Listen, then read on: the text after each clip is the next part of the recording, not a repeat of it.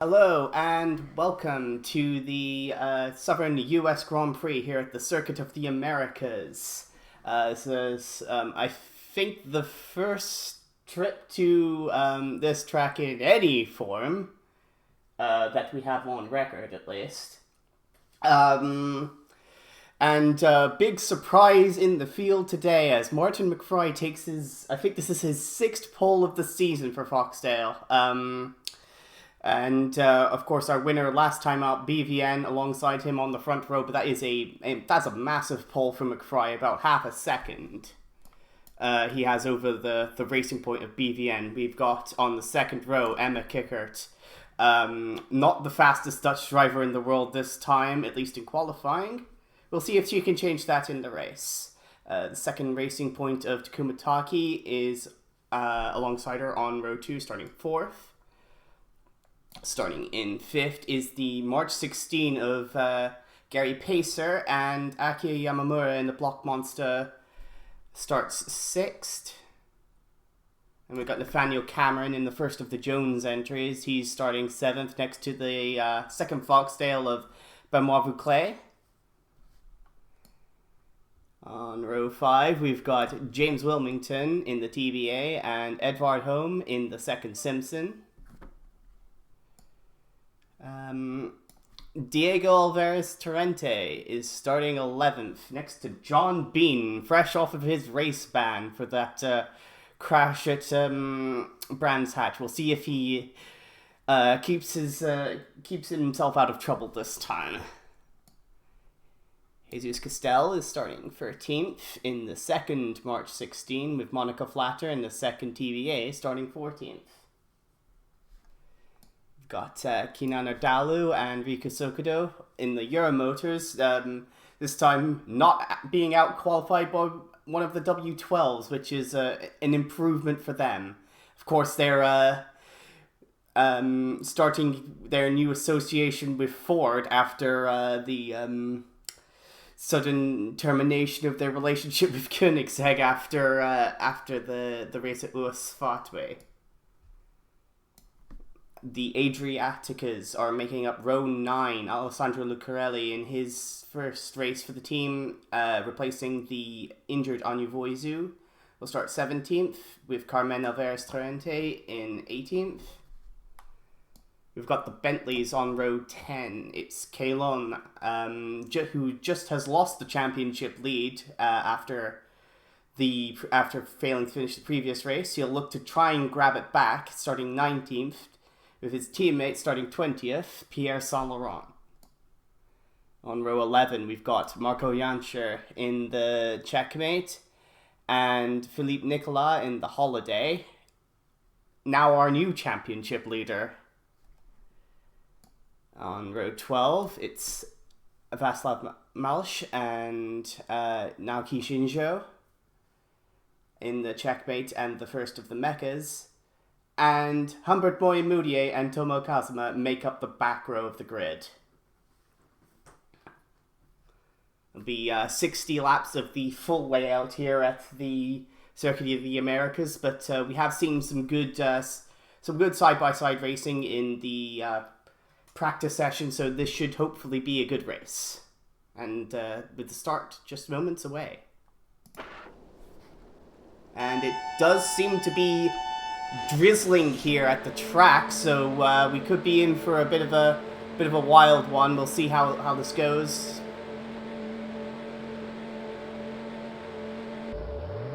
And the race is underway. McFry away clearly into the lead. Emma Kickert into second.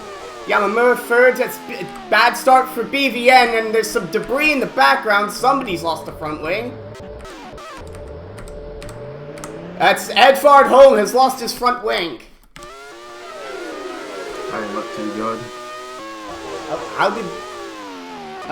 There was something ahead of Edvard Holm that was an issue, and then he just got caught up in the concertina effect as everybody's trying to navigate into this tight turn 1. We need to take another look at what happened in front of Edvard. Yes, Oh, that's Benoit It was Vauclair. Benoit Vauclair. It was Benoit Vauclair that ran into the back of, I think it was Van Nieuwenhuijzen, who was slow off the line. Yeah, bad start for BVN, and he will be like looking to make up for that poor getaway off the line, as Vuclay now is holding up the field behind him with that broken front wing as they're trying to navigate through the S's. There's John Bean up into 6th place. That's a good start for him. Again, trying to make amends after causing that crash and getting the race ban. The best reaction time off of that initial start was from Akira Yamamura, able to make the most of BVN not getting a good getaway up to 3rd, and Emma Kickert, another good start for her after a really good getaway at Trondheim, Norway. She is up to 2nd as Yamamura going for 2nd on Kickert at the end of the back straightaway. That's one of the major overtaking spots here, but gets cut off at the opportunity. Still early going in the battle for 2nd, 3rd, and 4th, with Nieuwenhuijzen now taking advantage of Yamamura's checkup, getting back to the rear of that block monster.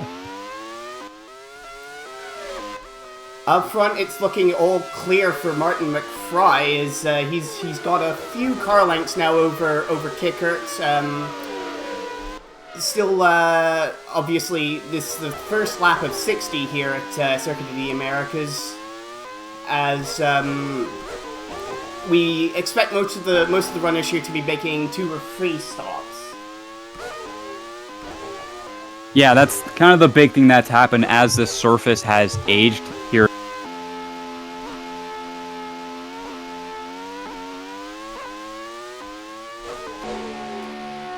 Vuclay makes his way into the pits here, as does Edvard Holm. They will resume the race in 25th and 26th.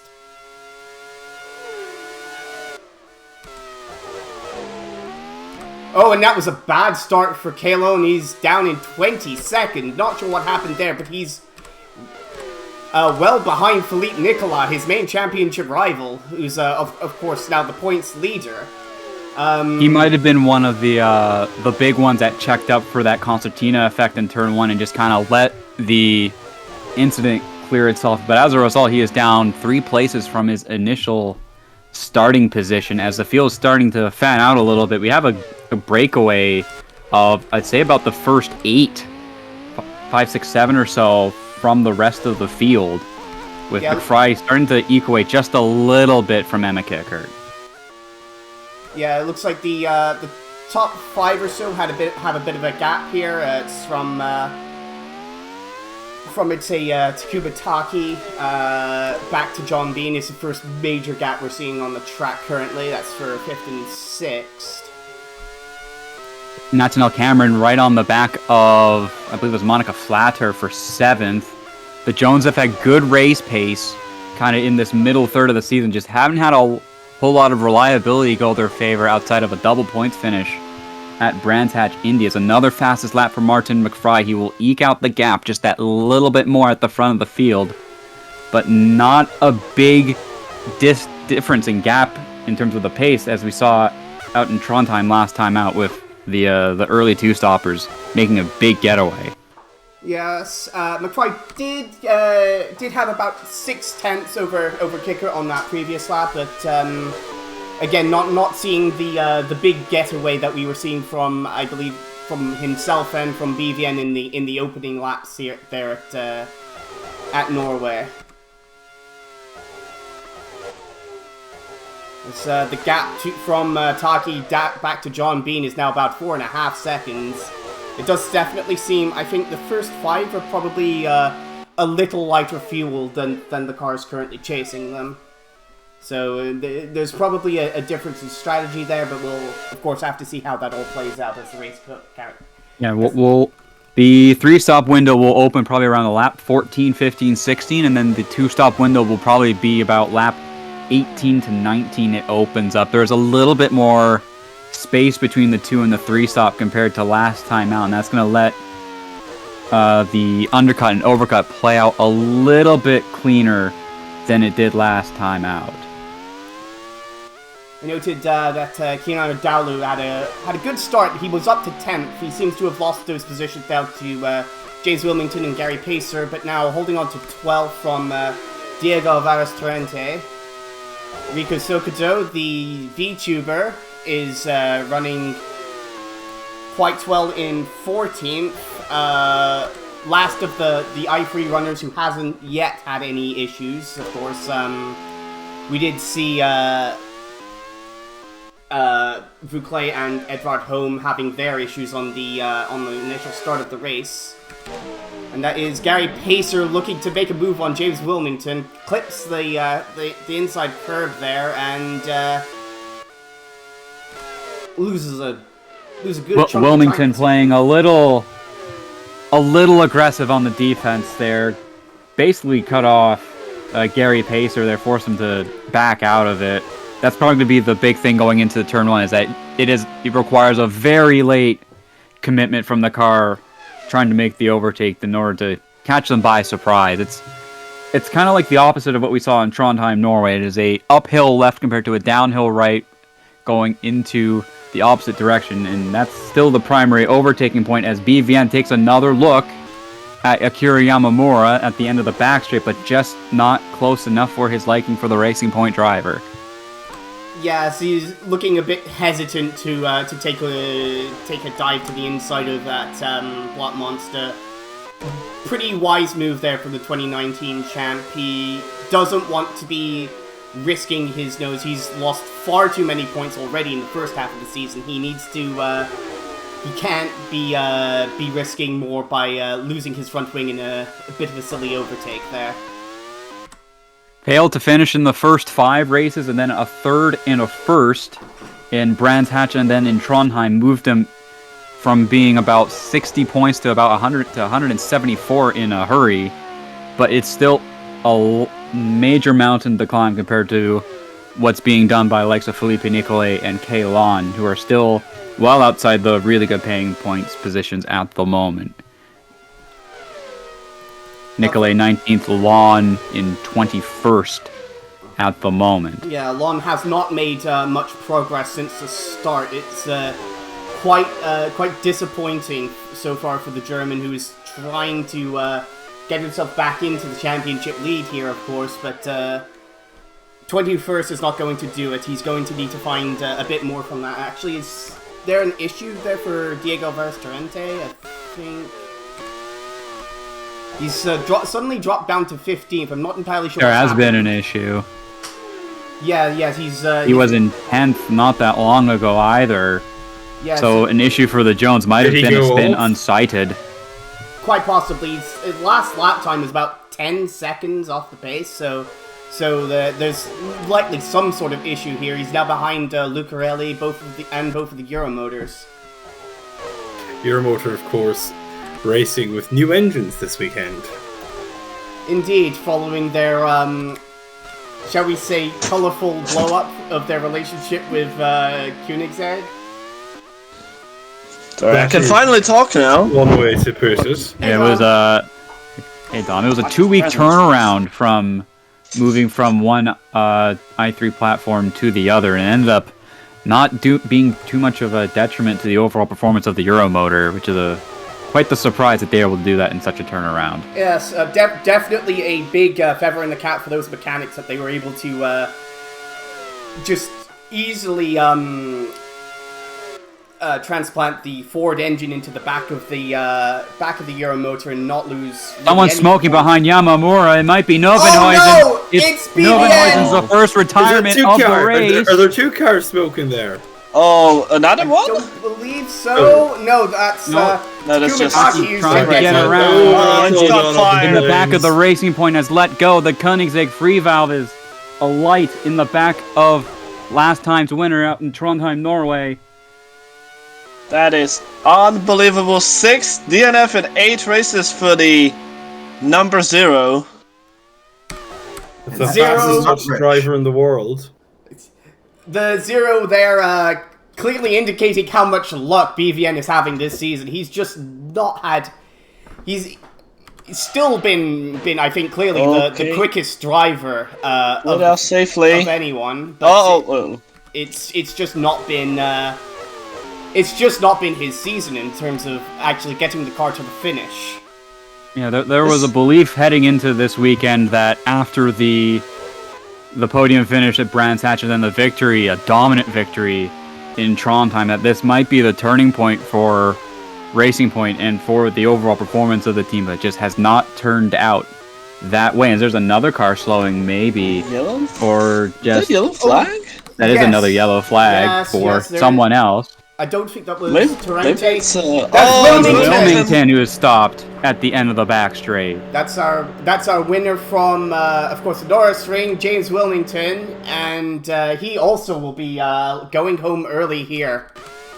So already we've got 2 of the I3s out of this one, dropping out quite quickly. As you see now, Kay Lon resuming his seemingly season-long tilt with Václav Mausch. They're currently battling for 18th position, and not too far ahead of them is Phillippe Nicolas. So some added incentive there for Kay Lon to try and get past the checkmate and get himself back where he should be in terms of the championship fight.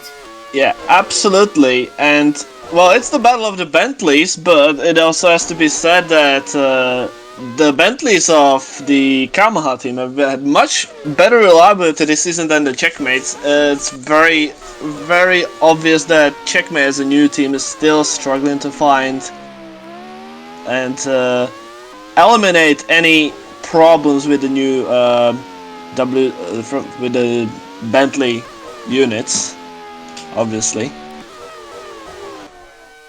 And now with Marko Jančar, obviously, as Kramnitsky is out for this one, so Marko Jančar is back after racing in 2020 with, I believe it was USD, I'm not quite sure though.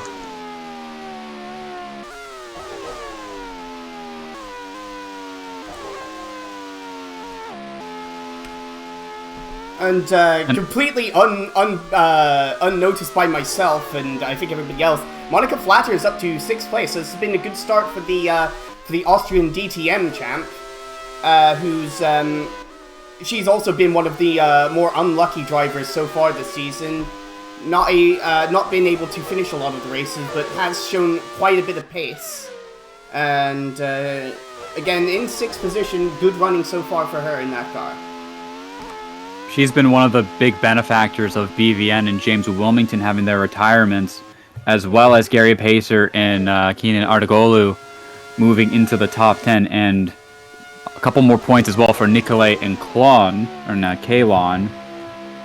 As it's McFry, Kickert, Yamamura, Taki, John Bean, your top 5 at the moment, Monica Flatter, Nathaniel Cameron, Jesus Castell, Gary Pacer, and Artogolu round out your top 10, working on lap 9 of 60 right now. So you're looking at both of the March 16s running in team formation at the moment. John Bean now, apropos him, he has kind of a chip on his shoulder. Artogolu's dropping, he's out! Yes, there's an issue for Kinano Dalu. Transmission has gone on the Euro. Same place as Wilmington. No, that's turn 1. I think Wilmington went out. Oh, I thought back straight at turn 12. I thought Wilmington also it's not going to be a good look for Euromotor if neither car finishes, considering, well, what they've done. Oh yeah, yes. I think everybody in the ARWS paddock was a bit shocked to hear that their issues with reliability with Koenigsegg led to them going with the only engine manufacturer that's had more DNFs. It was definitely an interesting decision, I think. Their heads might... Hildegard, Shevchenko, Neumann might have to have heads rolling in Euromotor after this race. Gary Pacer has gotten around Jesus Castell for 8th place. Not entirely sure how he got behind Castell, because he started, I believe, a few positions behind his teammate, but regardless, he's now back ahead. As that's Diego Alvarez Torrente completing an overtake on Riku Sokudo for 10th. Both of the Scuderia Adriaticas now in hot pursuit of the sole remaining Euromotor in this race.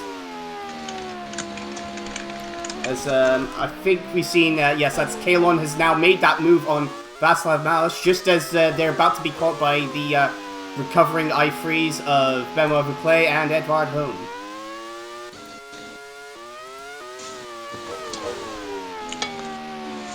We see this gaggle of cars battling in the midfield. Of course, Edvard Holm, the actual lower midfield, Edvard Holm, of course, after his issues at the start, is catching up to Malish, as well as Benoit Buckley, who's also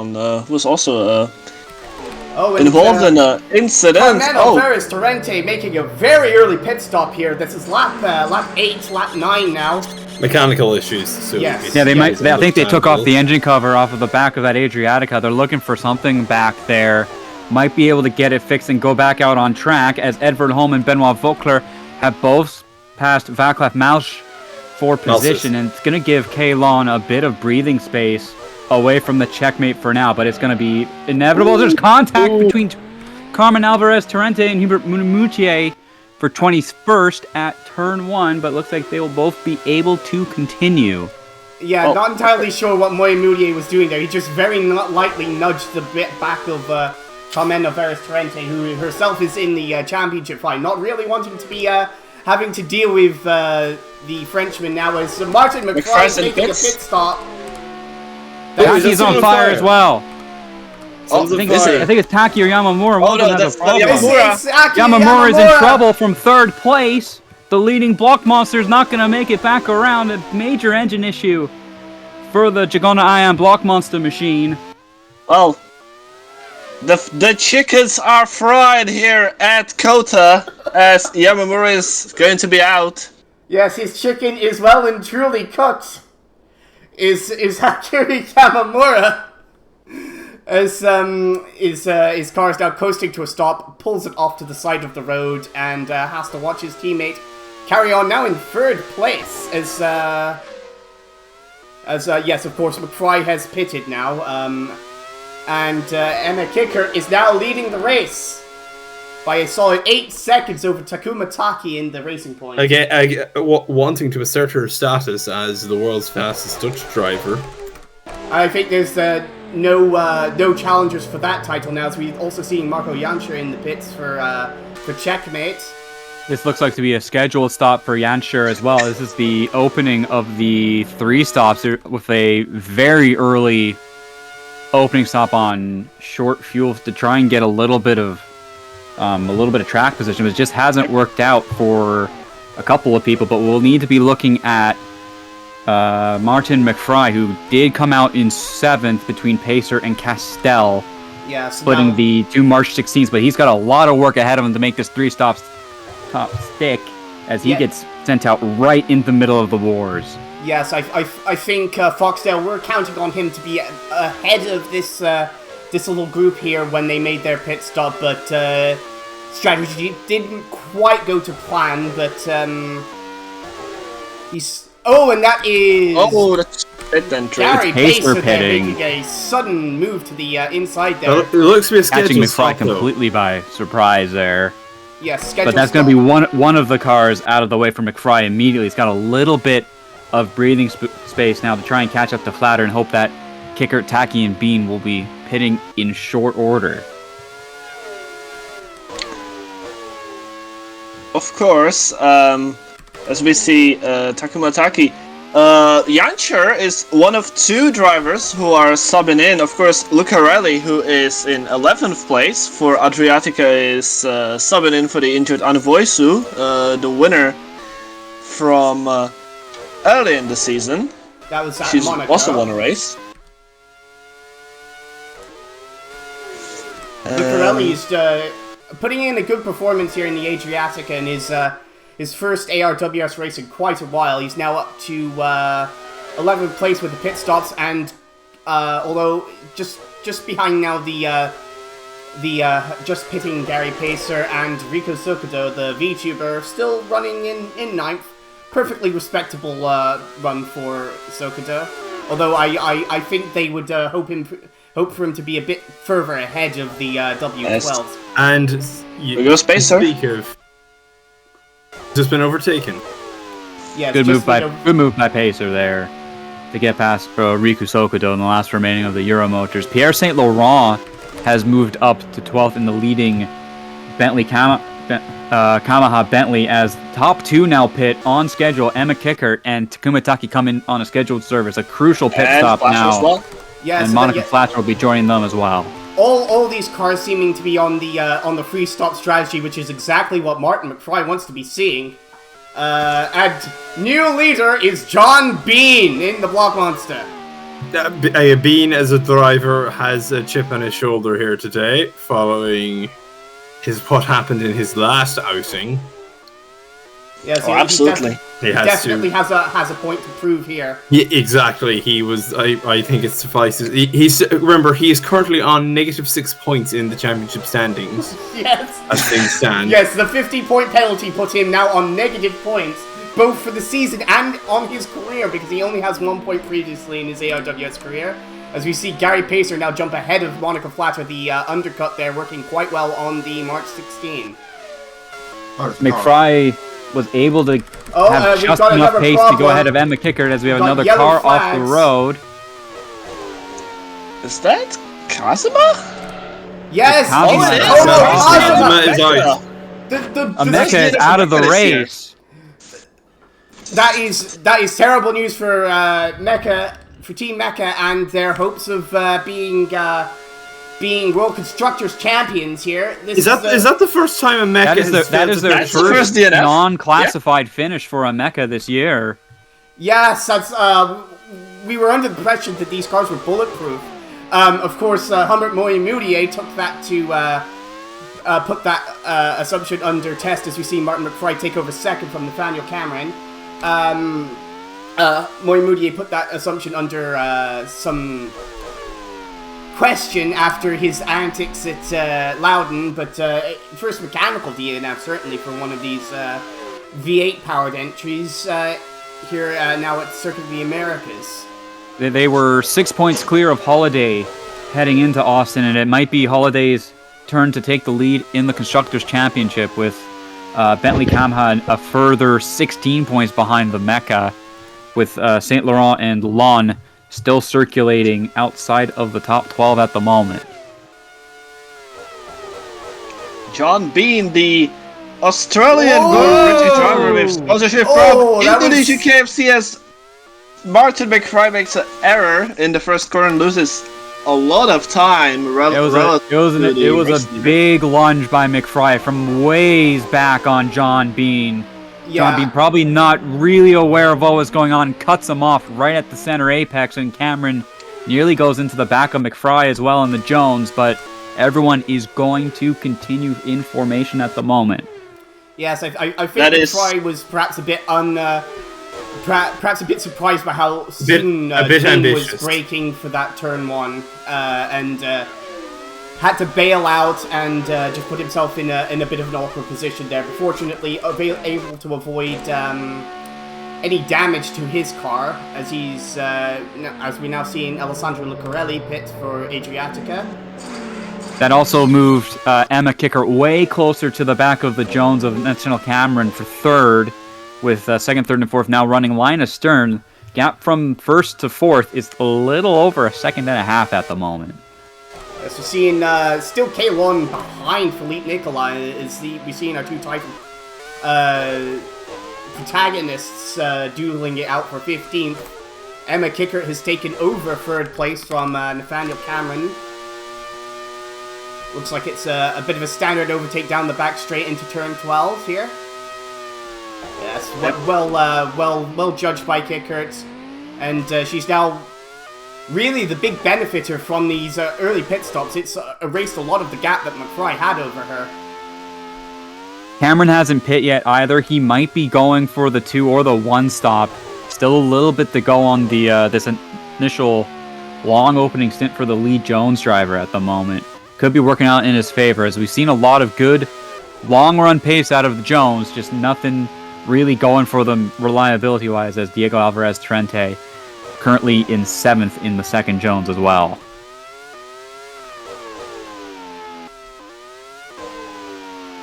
So we see Riku Sokudo, Benoit Vöckler, and Edward Holm. Vöckler and Holm still fighting for 11th. More like trying to catch up to Sokudo, but the gap between Sokudo and Vöckler is 12 seconds. So it will take a lot of time to catch to the newly forward power Euro motor. As we see, don't be surprised. That is the retired block monster of Yamamura on the gravel. Yes, I think the it seems like the marshals here at Circuit of the Americas just content to leave that car out there. Might be a bit of an issue if someone goes off at that corner, but I don't think that's particularly likely. As now we see Emma Kickert go to the inside, and she takes second position. That's an excellent move for the fastest Dutch driver in the world. Nearly put 2 in 1. And now she's going to make it for the lead. And she's got a big run on the back straight, side by side with John Bean for the lead on the back straightaway. She will have the preferred lane, and she will take the lead under braking at the end of the back straightaway. Great run of a couple corners for the Dutch driver. 2 in 1. Yes, sector. Yeah, she saw Martin McFry there ahead of her after, of course, McFry struggling with that traffic that he was having to fight through after his pit stop. Caught up to him, made the move at turn 11, and then immediately after takes the lead at turn 12. Fantastic racing from Emma Kickert here, as she's now our new race leader. And Kickert has already put some daylight between her and Bean in just a few corners. Oh, Lucarelli's out in the Adriatica. Yes, that's Alessandro Lucarelli in the Adriatica in his first race here. I'm trying to get to 90. Use these. Oh wait, his Rita, did he actually hit Yamamura? He hit not that long ago, but it looks like it might be an unrelated issue. Some smoke coming out of the back of that Adriatica, and he will come to a halt near where Akira Yamamura's Block Monster was set to rest. They have to move him out of there. Yes, that's a water leak on Lucarelli. The Haman motor not lasting long for him, which is a bit of a shame because he had a good opening stint here going, but that's as he's trying to get his career back on track, and it's just not going to happen for him here today.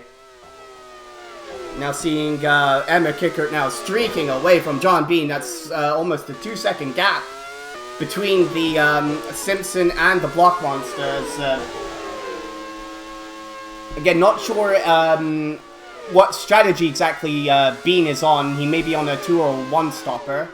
I think the window here for free stoppers has closed, but he's doing enough to keep Martin McFry behind him, which must be really frustrating for the Foxdale driver, as of course he definitely had the pace in the opening stint, but now stuck in traffic. It's now handed that lead, of course, to Emma Kickert now. Got a good amount of slipstream into the back straight. He does take the look at the far end of the corner, but goes a little too far inside, opens the door for Cameron, who just gets blocked out by a Foxdale driver. Another about a second lost between McFry and Kickert at the moment, with Bean just not with Bean holding his ground, and Kickert and not Kickert, McFry not quite confident under braking. The Foxdale not quite looking after its brakes or its tires very well at the moment in the second stint. Yeah, so it was a bit of a poorly judged move, I think, from McFry. I think he had the position. Definitely had the space as well. It looked like Bean was pretty comfortable just like leaving the inside for him, as they're on effectively different strategies at the moment. And we're looking at Benoit Vauclair and Edvard Holm moving into the top 10 with the recovering Foxdale leading the way of the Simpson Sunbeam. It is past quarter distance. Let's go back to the first timing page. Past quarter distance, it is Kickert, Bean, McFry, Natano Cameron, Jesus Castel up to 5th, Takuma Tadki, Diego Alvarez, Trente, Gary Pacer, Monica Flatcher, and Riku Sokodo currently rounding out the top 10, with the 2 stops and the 1 stops about to enter their windows pretty soon here. Further behind, we have actually a battle for the championship lead, as we see John Bean and McFry still squaring for second, as Lon is only 8 tenths behind Nicolas for 14th place. Yes, he has been trying to find a way past the holiday for a few laps here, but just haven't been able to to find a way past. Another McFry look from McFry. And gets again, caught off again by Bean, and then Cameron gives him a shot at the middle of the apex. I think the fact that Cameron is trying to give Martin McFry the hurry up here, but McFry just is not confident at all in that turn 12. I'm not sure what it is with the setup of that Foxtail, but he just doesn't seem like he has the confidence to make the move on Bean, even though he probably should. He definitely has the pace in the car, and Bean is giving him plenty of racing room. It's allowed Jesus Castel and Takuma Taki to join this battle as well. It's a 4-car battle pack going from second to 6th, a 5-car battle pack, my apologies, with John Bean leading the way on the alternate strategy. But it looks like McFry got a great run out of that last corner. Gonna be seeing if he gets the move on at turn 1 as Edvard Holm and Benoit Vauclair swap positions at the end of the back straight. Check out the times between Kickert and Bean. 2.8 seconds last lap for Kickert. Oh, yes, that 152.5. 152.5 for Kickert, 155.2 for Bean. This is absolutely destroying Martin McFry's race here. It is definitely leaving the door wide open to another Emma Kickert win after, of course, her sensational first win at Brands Hatch. Could she pick up a second one here at Circuit of the Americas? The Goodride tires on that Block Monster might be cliffing a little bit, paired with the attacks coming in from the Foxdale behind. Here they go again on the back straightaway. Another good run out of the Foxdale as they head around the back straightaway for a third attempt for Martin McFry. He's got a good amount of slipstream here. He leaves it out way early to try and get side by side with the Block Monster. He makes it stick. He's through, finally through into second place, but the damage has been done. The gap north of 9 seconds now between Emma Kickert and Martin McFry. Of course, Cameron's going to try and pounce on Bean's issues as those tires are not looking good, and I don't think that Cameron's going to be the only one passing the KFC Block Monster in the coming laps. Well, Cameron hasn't pitted either yet, so I think Cameron's more looking to keep his own tires in good shape currently, as we're now, I think, starting to enter the window for a 2-stop strategy. So we may be seeing Bean and Cameron pit soon, as Takuma Taki now taking a look to the inside there of Jesus Castel for 5th place. Not able to make it stick at turn 1, but of course the struggles for John Bean on these old tires is now allowing the cars behind him to start attacking each other for position. It's another good run for Castel, the rookie, at Mark 16, moving himself up into the top with what's been another dependable drive from the Spaniard. Now, within a reasonable shot of getting a podium here as well, as he's going to try and watch. He's going to watch Lieutenant Cameron take a look on John Bean as they head through turn 11. Probably put him a little bit too far back for a move at turn 12. It is Kickert, McFry, Bean, Cameron, Castel, your top 5. As Kickert has now caught the back markers. His first one going lap down is Moutier. Lost another car, it seems. Yes, I think that's Monica Flatter. Oh no! Yes, it's Monica Flatter. Transmission issue for the TBA. Oh, it's such a... Like, I can't believe how terribly unlucky she's been this season. This is in no way reflective of her actual pace, which I would say is she's been regularly a threat for James Wilman, who just has been having no luck at all in finishing these races. It's another double DNF for Team Bert Anderwald as well, with Wilmington being the second car to retire from this race as well. That will move Edvard Holm into 10th, Vauclair into 11th, and Pierre St. Laurent back into the top 12. Meanwhile, in the battle for what is now 13th place, Phillippe Nicolas having a fantastic run here, just keeping his championship rival at bay here as he's trying to defend his points lead, and it's really looking like a very disappointing trip out here to the Circuit of the Americas for Kay Lon, who's just not able to find, despite the the straight line speed difference between both of these cars, just not able to find the pace to get around the holiday. Lon might be playing the really long game here. He is not pitted yet in his Bentley Yamaha, so he might be one of the ones to look out for on the one stop compared to a bunch of the three stops around him, which might play into his favor a little bit later on, as Sokudo will pit on schedule. I believe this is starting the two-stop strategy runners at the moment. Now we'll move up Home, Vauclair, and Saint Laurent a couple of positions. So the gap between Kickert and Fry has gone down to 8.2, but that's also to do with Kickert having to deal with lap traffic.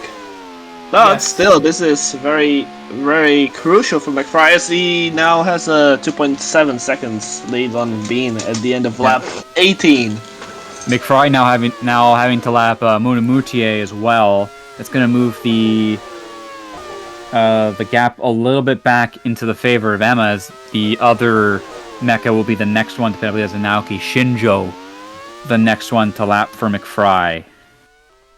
Let's take a look at the lap times at the end of lap 19. There was a 1:53.5 for Emma Kickert, as we're now seeing Jesus Castel in the pits, and a 1:53.4 for McFry, despite dealing with that lap traffic. He was still marginally quicker than the Simpsons, so definitely still has the pace in the Foxtail. He just needs to find a way to catch back up now. This Diego Alvarez Trente also in the pits for Jones.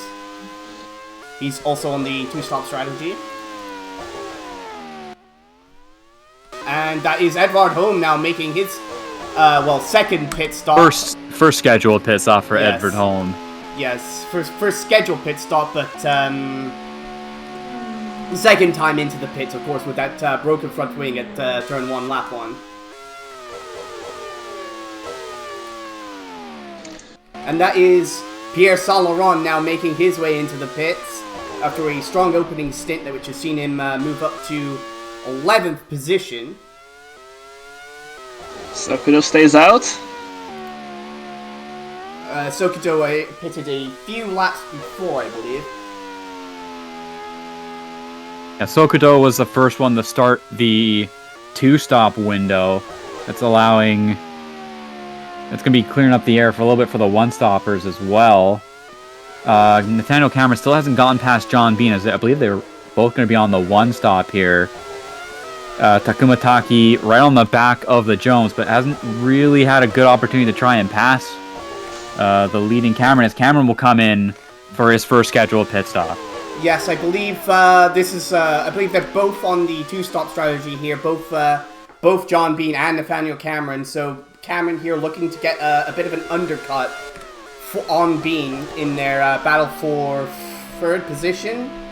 Although, yes, I think it would be for third position, as Taki is on the free stopper, but of course he's already made his first pit stop. No, Benoit Vauclair is in trouble. Engine problem. Then the engine let go on the Koenigsegg Foxdale. I think there was a bit of an issue with our camera there at turn 12, but yes, Benoit Vauclair is out of the race. And Takuma Taki here being held up by his countryman, Naoki Shinjo, trying to lap the mecha, and this is really putting a bit of a wrench in his plans to insert himself in this battle for third place. It was at a really awkward spot to try and pass a lap car there. It's effectively one lane through the S-bend section that kind of splits Sector 1 and Sector 2. He will eventually get past Shinjo at turn 10, but has lost a lot of time to John Bean, as now they got a little bit of clear space to try and get some headway done. But the gap between Emma Kickert and Martin McFry remains at about 9 seconds at the moment. Meanwhile, we have an inter-team battle with the two checkmates battling for 14th, I believe. Yes, I think Jancher has made his first pit stop. I don't think Mausch has made his first pit stop yet, as now the checkmates strategy intersecting with each other here. See if Jancher is able to find a way past his teammate here. Ooh, no, not there, I don't think, Marco. No, and he doesn't put his teammate in too compromising of a position there, but it is going to cause him to lose a bit more time as he's now forced to follow Mausch through the S-bends here. Yeah, Marco should be very careful about not hitting his teammate, because that would probably have consequences. Not a very good luck. It would not be a very good luck if Marco Jancher in his first race back in the ARWS made contact with his teammate. That would basically blacklist him from the team forever if that happened on his first race. Yeah, and it would also make him look not a very good prospect for the for any other teams that he's looking to sign for. Kay Lon considering Humbert Moutier found his way back to the top flight, or rather found his way to the top flight, you never know anymore. So, well, who knows what Holiday was thinking? I mean, they seem to have a good car and a very good driver, and decided to assign Humbert Moutier to the second car. Nobody really can give me an answer as to why they thought this was a good idea. Well, maybe they should rename Holiday to Working Day, because they should have made some work and research on who they actually want to sign, rather than Humbert Moutier. I mean, that said, it does seem to be working for them, because their other driver is leading the championship, and they are, Moutier is in 6th in the points, or 9th in the points, actually. He's in the top 10. He is doing just enough to keep the Holiday at the front of the Constructors' Championship, and that's pretty much what they've been asked of the Frenchman going into this season. I think it's safe to say that Moutier has even exceeded expectations. Probably, yes. He's only crashed out of one race. Well, considering he did disgrace himself in that crash, but still, he has been fairly serviceable, all things considered. We're seeing somebody else in the pits now. That is speak of the devil. The Giga Talent himself. Speak of the devil is in the pits.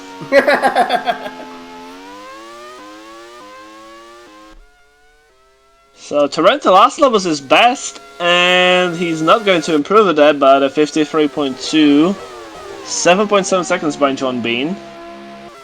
Let's see, we now see Emma Kickert now looking to lap Marco Jancher. Not able to get the move done at turn 12. That is going to allow Martin McFry to close up a little bit in this battle between between herself and Martin McFry for the race lead. But McFry, of course, has a couple of cars to negotiate to catch up to the race leader. That also means that Jancher actually made his move cleanly on his teammate, which well done, Marco. It's been a pass for position between Kay Lon and Nicolas, and that's because Phillippe Nicolas will be pitting on schedule. I think that'll be his one stop of the day. I think that's, I think Nicolas will be on the 2-stop strategy here as we see his crew get to work, and indeed that's a 2-stop strategy there for Phillippe Nicolas. It was a pretty short fuel fill as well for the lead Holiday driver. Might be going for a big push stint to try and get back around Kay Lon and put a little bit of breathing space between Nicolas and Lon. Lon now up to 11th position, but under attack from it was Carmen Alvarez Torrente in the lone remaining Adriatica. And Naoki Shinjo is also now in the pits, scheduled to stop for the Mecha driver as well. Not really a very flashy drive for Shinjo, but he is keeping the car on the track and out of trouble. And I think on days like this, that's all you can ask for. And just to see where the reliability of other cars takes you. So we're now seeing Martin McFry now getting around Václav Mausch.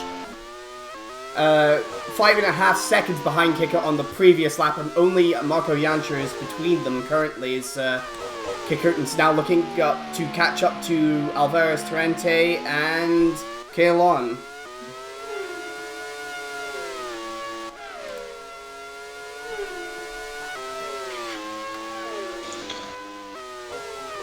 well, quite a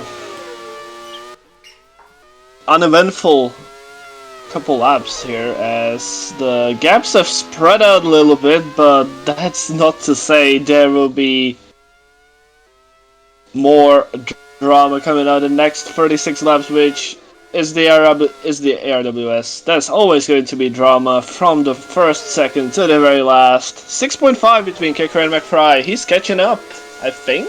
Actually, Yeah, no, he just has lost gained a a little. second. Yeah, he has gained a little bit here. I think McFry has had the better hand navigating this lap traffic than Kickert, but Kickert's been able to be a little bit more cautious, leading the way in the Simpson.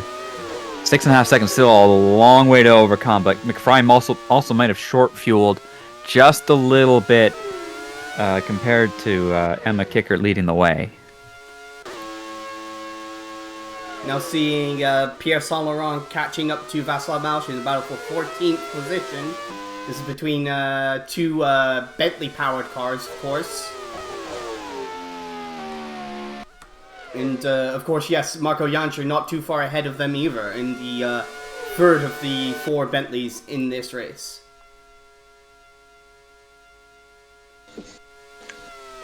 And Torrente is close behind Kay Lon. Maybe worth checking on this. That's Carmen Torrente, of course. 57.6 on the previous lap. That was a 57.3 for Kay Lon, so I'm not sure if they, yes, they were probably getting lapped by Emma Kickert, so that compromised their previous laps. We'll see how they, how that gap develops as they complete lap 25 now. 1.5 last lap. I think it could be a little less, if not the same. Emma Kickert with a 153.2, Kay Lon with a 58.2, and Torrente with a 58.3, so not really catching Kay Lon in the Bentley. Martin McFry with a 53.7. Yeah, I think he's probably had the best of those tires trying to catch back up to Kickert, but that big push he was having is now starting to fade off. Lon as well do a pit stop pretty quick here from 11th. He might be one of the primary ones still remaining yet to pit. So it looks like the 2-stop window has come and gone. Only a couple of takers on that middle strategy option throughout the field. John Bean is slowly starting to reel in Jesus Castel in their battle for 6th position.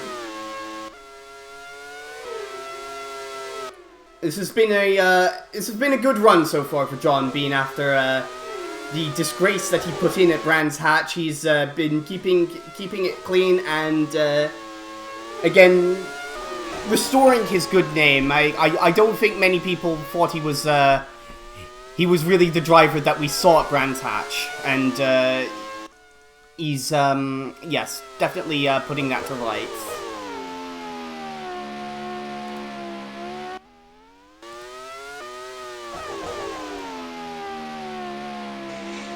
Saint-Laurent not really able to do anything with Václav Mauch ahead of him. He's suddenly lost a good chunk of track position, it seems, over this lap.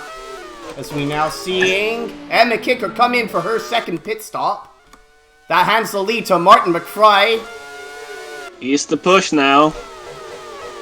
He gets by Kay Lon at a really opportune time on the front straightaway. A lot of clean air in front of him to get a couple of good push laps in to try and bridge that gap. It was about 7 seconds before Kickert pit. It's going to be a crucial couple of laps here with the clean air, as Kerry Pacer will lead his March 16 on his second pit stop as well. Yes. Well, you mentioned it was drizzling at the start, mate. I've no idea if it's still raining or not. I think it is. Yes, I believe it is just still very light drizzle here at Circuit of the Americas. Just not able to fully shake the rain clouds here in Austin, but Kickert now coming out in a good position here. Nobody really close to her in front or from behind. with those fresh tires, I think she should be able to defend against any push that Martin McFry might make against her.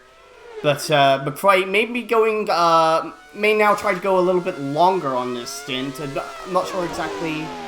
He's got a couple more laps of fuel here, so he could try and attack her on fresher tires if she takes too much out of them on at the opening of this stint. Oh, what's happened, McFry, is that Kickert will have to go through some traffic, so if McFry keeps it going for a couple laps, then yeah, there's 4 cars right ahead of Kickert, so... Yeah, she's actually catching them quite quickly. These are the W12 powered Bentley of Pierre Saint Laurent, Václav Mausch, Takuma Taki, who's just made it into the pits, and the other checkmate of Marco Jancher, so Kickert... A wall of Bentleys. Yes, all Bentley-powered cars, all will be caught very quickly by the Simpson Sunbeam of Emma Kickert. She's now 21.5 seconds behind McFry.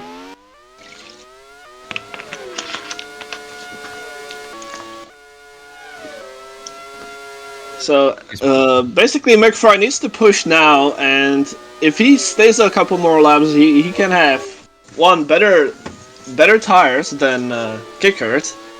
And with Kickert going through traffic right now, that also means that he may not lose as much time as he may think. Yeah.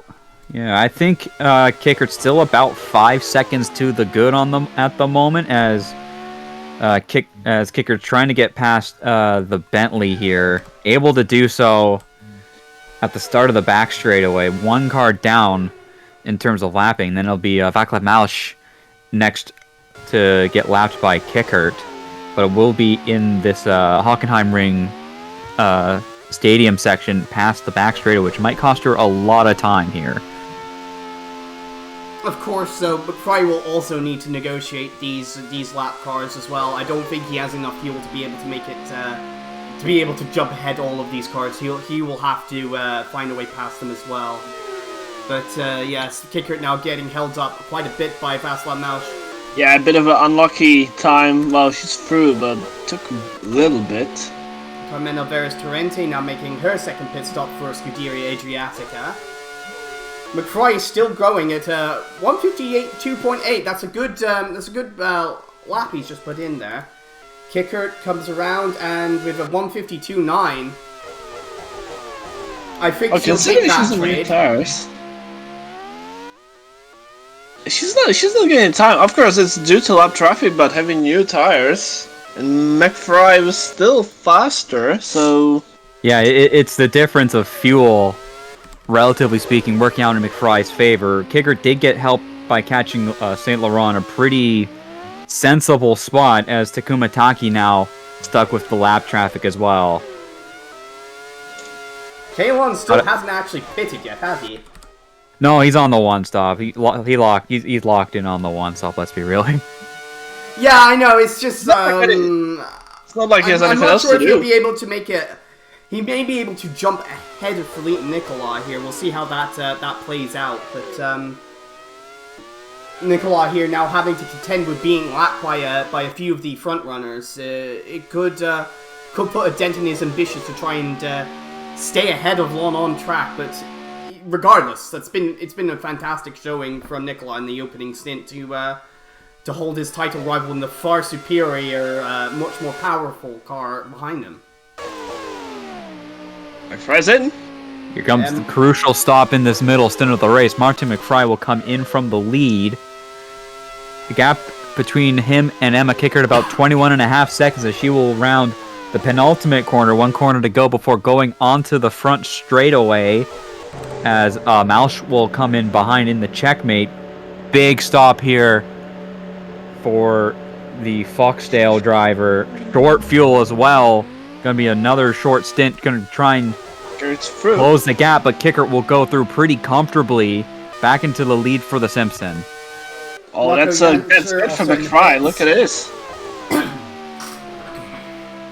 It's come out ahead of the lap cars, so this is perfect for McFry.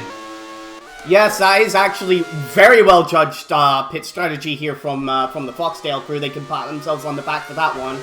As clean air between himself and Emma Kickert as Martin McFry is trying to reel the Simpson back in and get himself back in position to win this race. Big piece of redemption for the Foxdale crew after putting McFry deep into traffic after the first pit stop. Gonna need to see what the true gap is when timing and scoring cycles through here.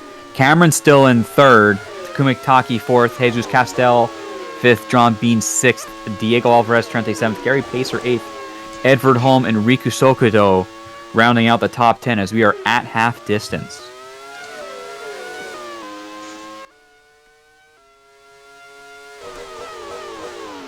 Storente. Just similar looking cars, but...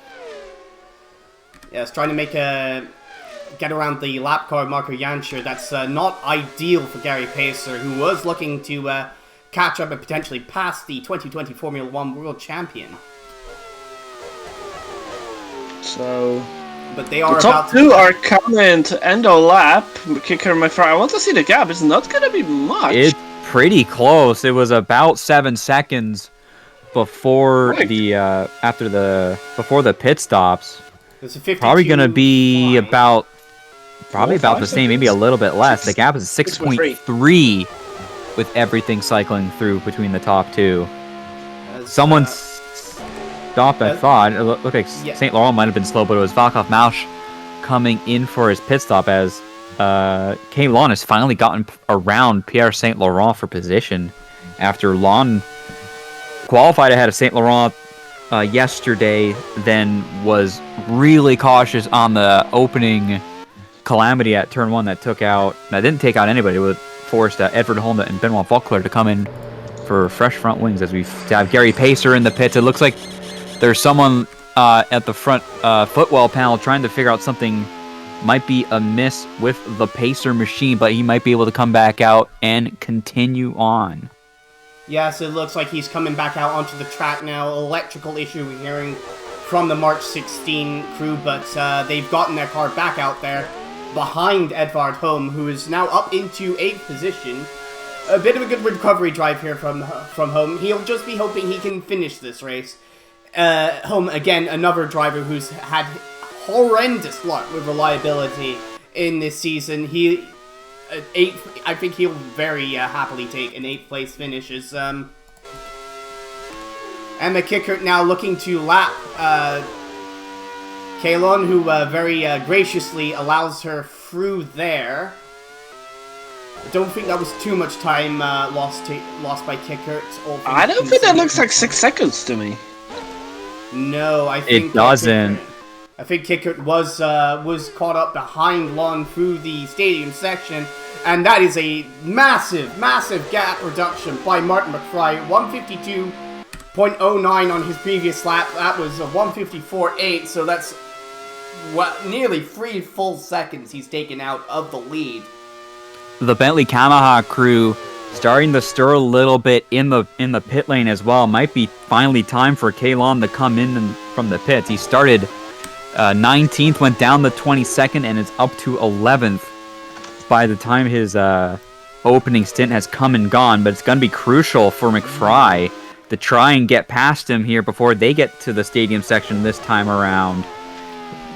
They're entering turn 11. It'll be potentially a good chance for McFry to get past Lon here before getting into turn 12, and a big amount of slipstream from the Foxdale. Going to get past Lon partway down the back straightaway here. Crucial move for Martin McFry, and the chase is on for the lead. As for Kay Lon, I do believe that this pit strategy may well work out very well for him, as I think he'll come out somewhere around where Carmen Alvarez Torrente is in 13th place, so that should jump him very nicely ahead of Phillippe Nicolas as those two continue their battle for the championship. We've got yellow flags. That is Nathaniel Cameron. Oh no! Transmission issue for the Jones. It was a really very fantastic drive for Nathaniel Cameron, punching well above his weight, I think, of what would have been expected for him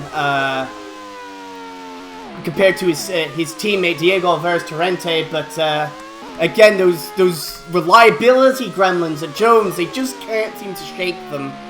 They'll have to keep all their fingers crossed and hope that at least Diego Alvarez Torrente can finish and score some points for them in this race. As now we're seeing the gap continue to shrink between Kickert and McFry. That gap is now 2.4 seconds. Lon does pit on schedule, end of lap 32, relative to the leaders and to McFry, who is continuing to close on Emma Kickert here. And it's a straight fight between the two of them with one pit stop to go between them and about 14 seconds clear of Takuma Taki in the remaining racing point in third. And, no, that was Cameron. That is Lon coming out ahead of Marco Janscher. So, yes, he comes out in 13th position behind Carmen Alvarez Torrente. I think he will take that comfortably on Phillippe Nicolas as well. Yes. With the Janscher between them as well. So it's just gonna be another spot as well when timing finally resets with Cameron retiring out of third position. So it's starting to build up in Kay Lon's favor, just a couple spots here and there. He's gonna be in the top 10 in no time, but still, it's Pierre Saint Laurent's teammate going back into the top 10 in what is currently the leading Bentley Yamaha, as we're going to see the top two going through this section resembling turning at an Istanbul Park, except it's going the other way. The gap continuing to close with McFry a couple laps fresher tires, similar fuel situation between the Simpson and the Foxdales. Gonna be crossing the finish line here. 2.4 was the gap last time around. The gap now 1.4, a full second the distance cut Martin between McFry Kickert and is McFry. on a charge. McFry is flying right now in this middle stint. He's going to get a good bit of draft on the back straightaway here. An overtake might be on in the next couple of laps for the lead of this race. Well, would you believe it? Marty McFry is actually becoming Marty McFly as he goes a second quicker than Kickert on the 33rd lap. They've put another second and a half on Takuma Taki as well, running a pretty quiet race in third, and another 15 seconds back to Jesus Castel in fourth. And McFry's going to get a good bit of slipstream here as they navigate through turn 11 onto the back straightaway, but probably too far back for a chance of an overtake. Back. Yeah, way too far back. But it'd be a good bit of slipstream here going into turn 12.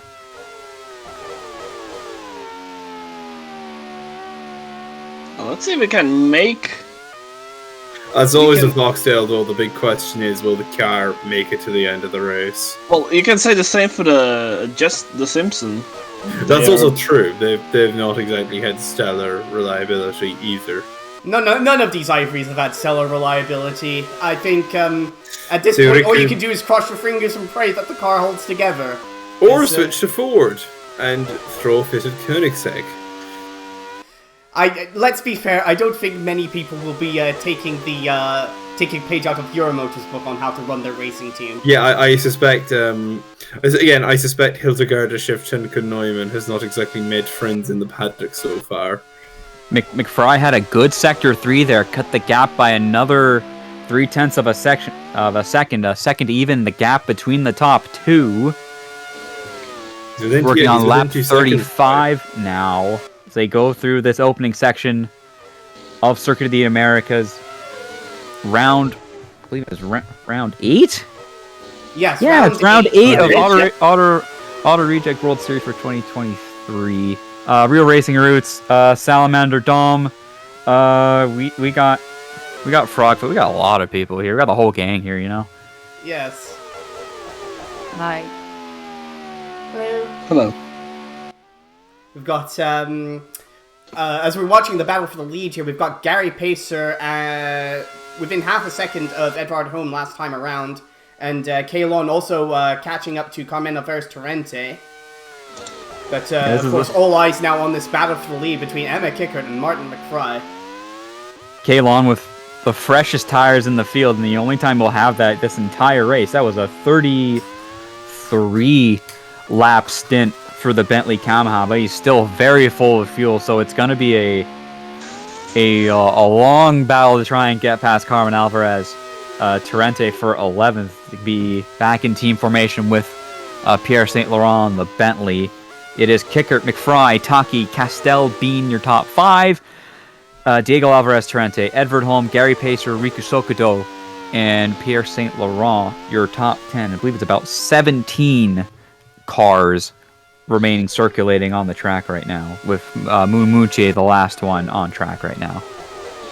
7/10 is the gap between the two leaders as McFry catches again another 3/10 on Emma Kickert with a 52.889 to Kickert's 53.260. This is a very, very good battle between the two red cars. They've caught Riku Sokudo in kind of an awkward spot here, going through the last little bit of the S-bends on this first half of the track. Emma Kickert's going to need to get past Riku Sokudo sooner than later, but McFry, probably the closest he has been to the back of that Simpson this entire race. All three of he's going to go for a look at turn 11, gets cut off by Emma Kickert, but he's still going to have plenty of time to try and get a good amount of slipstream through this back straightaway, but Kickert's going to get a little bit of help from Riku Sokudo as well, and Kickert's going to need to get past Sokudo in the Euromotor right away here. Under braking, the three of them go through turn 12, line astern. It's going to be tricky for Kickert and McFry as they go through this really technical, very medium, slow speed section here. It's going to give McFry an opportunity to maybe catch Kickert by surprise, but nothing quite yet as they go through the stadium section. Just a quick point here on Kay Lon. I think this strategy is really going to play out in his favor as he's only about 11.5 seconds as Kickert now makes a move on Sokoto at the penultimate corner. McFry very quickly also gets past Sokoto. Won't lose too much time here, but it will cost him down the front straight away. But returning back to Kay Lon, I think the strategy is going to play out very nicely for him. He's only about 11.5 seconds behind his teammate. And of course, Pierre St. Laurent and Carmen Alvarez Tarente ahead of him both need to pit. So he should be on for 10th place here at the very least. Oh, the transaction. Sorry. The transaction between Sokoto, Kickert, and McFry give Kickert about 4/10 extra of breathing space at the moment, but McFry has gotten the pace back up and going good amount of momentum through the first two sections. They got a little bit of time and space before they catch up Humbert Mermoutier, but might be a little bit too far back for McFry to try and make a move before they get to the second holiday driver.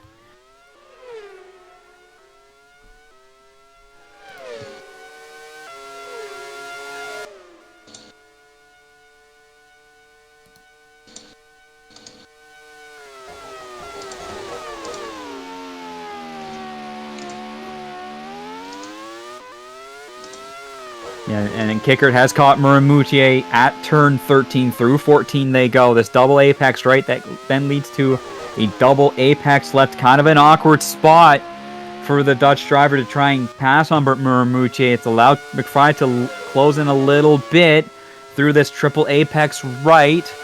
In the last sector, trying to find a way, going to elect to go around the outside. Mermoutier's going to block McFry through the penultimate corner, but will get out of the way to driver's left. Another little bit of time loss for McFry, as it's going to be a bunch more lap traffic from here on out. I believe that's Naoki Shinjo they will be catching next. The gap grew a little bit again, is another 3/10 to the favor of Kickert. The gap now 1.4 between the top two. Ahead of Shinjo, though, it's a very clear track ahead to the next car ahead of them, which is the checkmate of Václav Mausch. So once they get clear of Shinjo, it should be game on once again between the two leaders here. Akumataki pits from third. That is what we thought would be a scheduled pit stop. He was on the 2-stop. It looks like there might be another issue with the Racing Point, but he's going to get a full service anyways and get a very long fuel refill here. Looks like he'll be good to the end in the Racing Point. It'll be a top 5 result for him, which is going to be a big day for Racing Point, get another finish in the podium positions, potentially. Yes, I think we are expecting Jesus Castel and John Bean to pit again. So and of course Diego Torrente. So all looking good for Takuma Taki to take on that that third position. I think that throttle problem surfaced itself at a very convenient time, as we've now seen get back to the leaders and see that they both negotiated the lap car of Naki Shinjo without too much trouble. We'll now see if Martin McFry has been able to close in a little bit more on Emma Kickert in this battle for the lead. Both of them are going to be due to pit in the next 5 to 6 laps as well, so we're probably going to see Kickert pit to open up a 3-stop strategy again. It's going to release McFry to a little bit extra clean air. As we're also going to be looking at Carmen Alvarez Torrente versus Kay Lon. The gap continuing to be at about a second. Diego Alvarez Torrente closing a little bit on John Bean as well. Half a second between those battling 4th and 5th. The gap between Kickert and McFry went back into McFry's favor. It was at its largest within this current transaction. It was at 1.4 seconds. It's now down to a second even again as they go through the S-bends of 4, 5, 6, and 7. I think Kay Lon seems to be a bit content to hold station behind Torrente as he was behind Nicolas in the opening stint. Both of them are though closing in quite rapidly to Pierre Saint-Laurent. The gap between Saint-Laurent and Torrente was about 11 seconds last time I checked. It's now 6.4, so Torrente is closing in on the current lead Bentley in this race.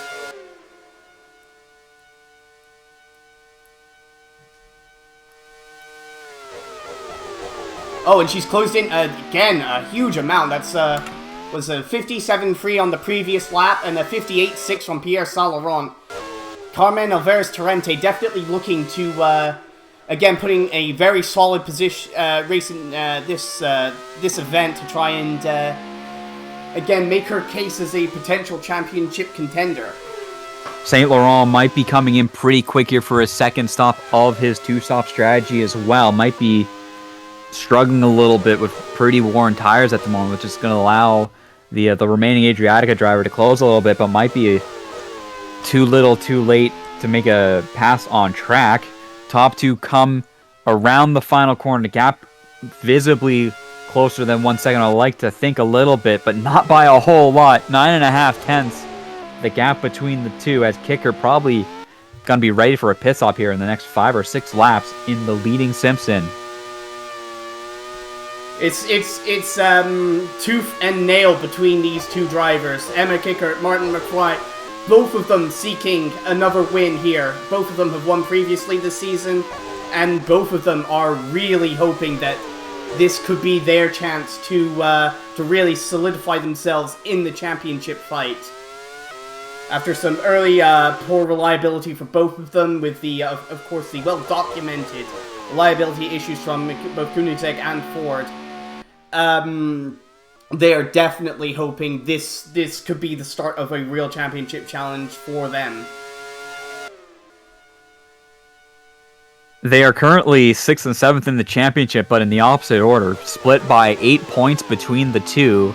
But that's another about 50-ish points to Phillippe Nicolas, currently outside of the top 12, with Kay Lon looking to retake the lead in the championship that he's held basically up until Brands Hatch Indy about a month ago.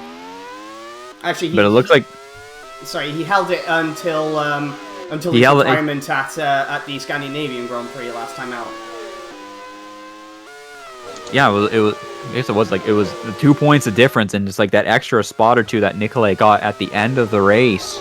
Yes. In Trondheim was the difference, but now that it's going to return to the favor of the factory Bentley driver. Top 2 come back around to the front straightaway. Lap 41. Gap continuing to inch down just that little bit. Now 8 tenths after being 9.5 tenths last time around. The tire difference between Kickert and McFry has stabilized to a great extent, but it's going to be Kickert, presumably the first of the two to pit from the lead. And they have clear running basically until the end of the race here to fight it out amongst themselves and amongst their pit crew. Actually, I am hearing from the Foxdale pit wall here that they believe that they're going to be pitting Martin McFry first, so going to be trying for the undercut on McFry's car to try and jump ahead of Kickert if he can't get it done on track. So we're now seeing Pierre-Saint Laurent in the pits. Scheduled pit stop for the... is his final scheduled pit stop. He was one of the ones leading the way on the 2-stop. Has run a good race, has the Canadian, but that's going to be a free position for Kay Lon, who now will go up into 11th position in a pretty tight battle with Marco Janschler in the leading checkmate for position here. They have left Phillippe Nicolas in the dust here to the tune of about 13 seconds, with Saint Laurent coming out in 14th behind Nicolas. So the gap's to 8 tenths. Not changed much in the last few laps, but I think McFry's just biding his time, honestly. Yes, he knows. He's probably heard from his mechanics that he will be looking to get the undercut on Emma Kickert. So again, only about 0.03 of a second difference between them on that previous lap, as we're now seeing Riku Sokodo, the VTuber, in the pits for Euromotor.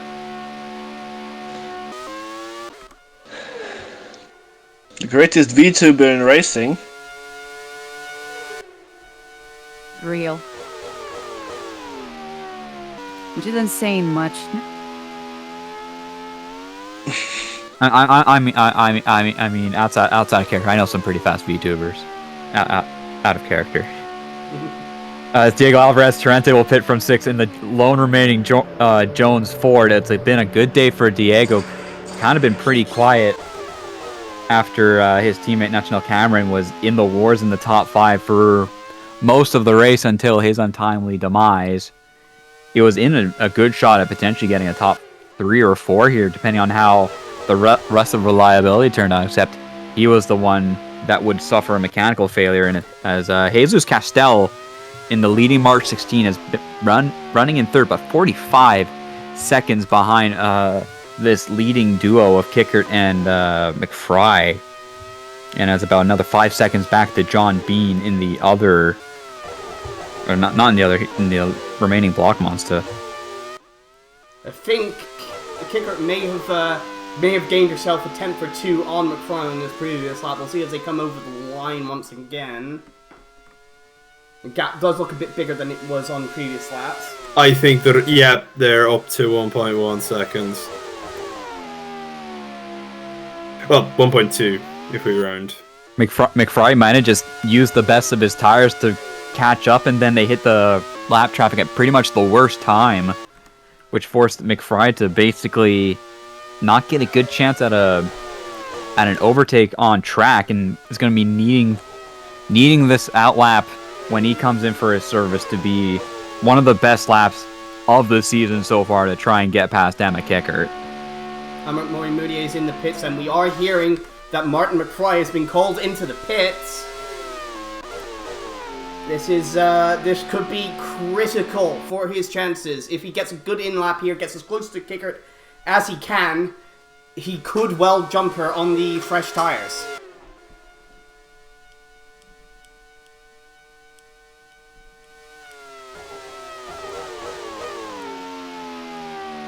Yeah, this is the 3 stoppers all coming in for their final service. Edvard Holm comes in. A good recovery drive for him after being involved in that initial collision at lap 1, turn 1. He and Benoit Foucault had to come in for an extra time, so it's effectively a 4-stop for Edvard Holm, and it's been a good day in the office for him. Going to be a top 10 result here if things hold out at the moment, but all eyes are currently on these top 2 of Emma Kickert and Martin McFry, as McFry makes the call to come in for his final service of the day. The McFry team of Foxdale ready for him as he comes in for his final stop. It's going to be a little bit longer fuel stop as well compared to Emma Kickert, which might play into the Dutch stopwatch. We need to see what the time will be, because that's also going to be crucial. it's going to be a crucial, and it's also going to be, the question is, where will he come out relative to the rest of the field?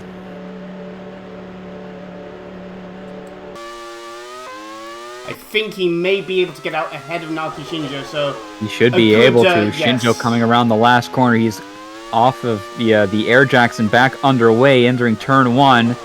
Plenty of clean air to try and get some good push laps. It's the biggest laps of the season for Martin McFry. If he wants That's to a lot of clean air. It's the biggest laps of the season for Martin McFry and Foxdale team as Kickert going to be pitting either this time or next time around. I don't think she's pit. I think it will be the next lap that Emma Kickert will be pitting. So a good couple of laps here for Martin McFry to push on these new tires and overcome that 1 second gap that was there between himself and Kickert just before making his pit stop. As also Phillippe Nicolas has made his pit stop. He's resuming now in 15th position in the holiday. That's meant Pierre St. Laurent has jumped Nicolet as well. It's going to be both of the Bentley Kamahas outscoring the Holiday Mugens as well, with Kay Lon just outside of the top 10 at the moment, but still under threat from Marco Yanscher in the checkmate this entire time. Bit of a Bentley action here for 11th place between the Super Sub and the Championship hopeful. Of course, the point system, the new point system for 2023 are rewarding reliability mostly. So Lon, who has finished 6 out of the 7 races so far, doing very well for himself in the championship. However, even under the old point system, he would be second in the championship, considering he has a win and a second place. McFry's going to be coming around to the pit straight here. We'll see our timing and scoring take have its reset here. 30 seconds effectively is the gap between Kickert and McFry. It's going to be a big couple of push laps here, but Kickert's going to be passing back left Mausch. Going to cause Kickert a little bit, but we saw last time around the gap between the two before McFry took her last stop was about 21 seconds. So I think about 30 seconds is the delta here. It's going to be very, very close between the top two. As it looks like Kickert might be pitting this time or next time around. They are stirring in the Simpson pit lane here, as Gary Pacer will pit from 6th in his March 16. Another of the 3 stoppers. He's had a pretty quiet day at the office after being a part of a lot of the action last time out in Norway. As his teammate Jesus Castel currently in 3rd place. Still, it's going to be a good day for those two, as Marco Yanscher pits as well on schedule. I think Emma Kickert's been called into the pits. Jesus Castel will be pitting very soon.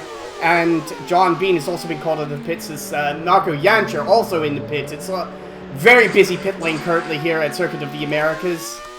And that is Emma Kickert is in the pits. Kickert in. Here we go. Biggest stop of the race.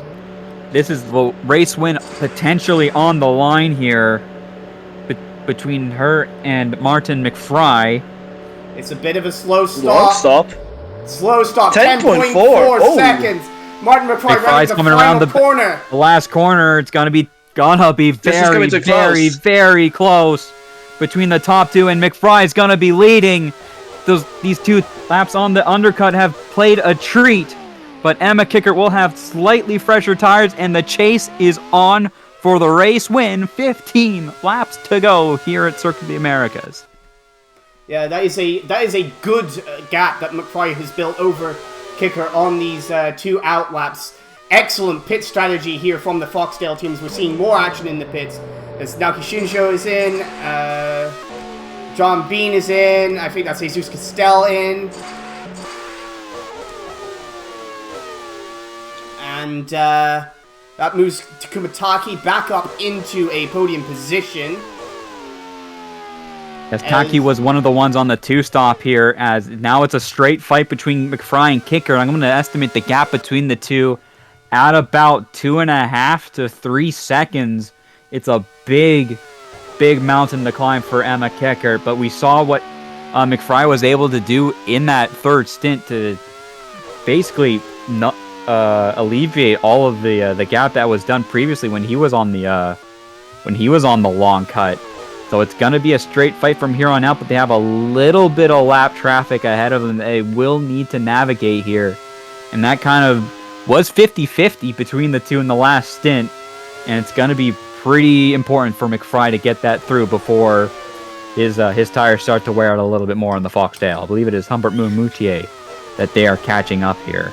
Actually, no, As he is Phillippe Nicolas, who's down in 15th after his last pit stop. It's going to be a big swing toward Kay Lon in the championship. It's going to be about a 10-point swing between the two in Lon's favor, as they'll be heading to Sepang next time out. The gap now 3.2 Sepang, seconds my beloved. between McFry and Kickert. We'll see now next time by the pace of Emma Kicker on these fresh tires as Martin McFry's. Ooh, he's about to catch Phillippe Nicolas in a very. Will he be able to get by? Yes, just. He's going to need to get by him on the straightaway here after turn 11 as they make it through turn 10 line astern.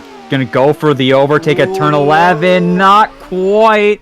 Going to lose a lot of time as we have yellow flags at turn 12. It is Edvard Holm off track, and he has had an engine failure from 7th place. Another DNF for Edvard Holm. Horrendous luck for the Danish sports car driver, as again he's put in a sterling effort to recover from that turn 1 incident on lap 1, and it's all been for nothing. He's now out of the race. McFry's been able to get past Nicolas on the back straightaway. It's going to put Kickert in a really awkward position here as they go through 13, 14, and 15. Past the stricken Edvard Holm machine, as he's going to retire out from 7th place. A frustrating day. A 4-stop that nearly worked a treat for Edvard, as Kickert going to lose a little bit of time here, but go for the overtake on Nicolas in the penultimate corner. Gap's probably going to be closer to 4 seconds here between the top two as we have 13 laps to go at the line. It's a 52.5 for Martin McFry on that previous lap, as a 53.2 for Kickert with the traffic from Nicolas there. Gap now nearly 4 full seconds. This is exactly what Martin McFry wants to be seeing.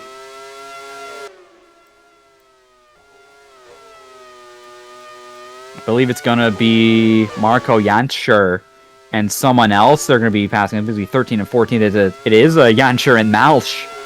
The two checkmates here battling for 13th position. And it's Malsch who at the end of the strategy has been ahead, but it's going to be Jantscher taking the position anyways.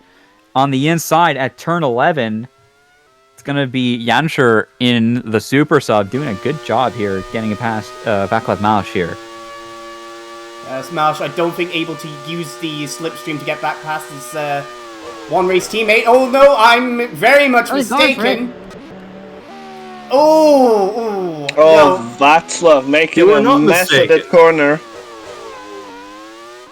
Paul might have come into both of them to play nice as well, not to make sure that both of their cars come home in one piece, and that's what might have forced Malsch to play it pretty conservative under braking and at the center apex of turn 12.